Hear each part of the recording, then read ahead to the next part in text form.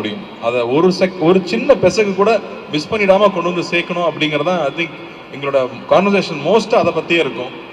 And இன்னொரு விஷயம் வந்து அருண்சாமி சார் சொன்னது ரொம்ப ஆச்சரியமாக இருந்தது. அவர் ஒரு வில்லேஜ் பாய் அப்படிங்கிறாரு. அவர் வில்லேஜ் பாய் மாதிரி அங்கே இருக்காரு. யார் சொல்ல ஒத்துக்க முடியாது, நான் இன்ன வரைக்கும் ஒத்துக்கல. ஆனால் அவருக்கு அவ்வளோ ஒரு கனெக்ட் இருக்குது, அவ்வளோ ஒரு மெமரிஸ் இருக்குது.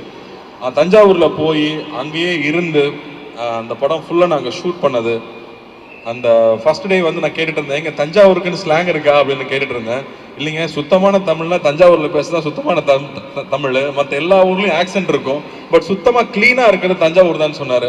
அப்போ அங்கே ஒரு தமிழ் டீச்சர் ஒருத்தங்க இருந்தாங்க, அவங்களை கூப்பிட்டு வந்து எங்கேயா விட்டாங்க. வந்து வாப்பா அப்படின்னாங்க.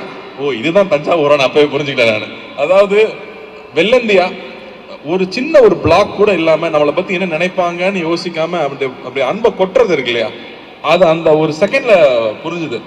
அதை பிடிச்சிக்கிட்டு தான் படம் ஃபுல்லாக நான் ட்ராவல் ஆனேன்னு சொல்லலாம்.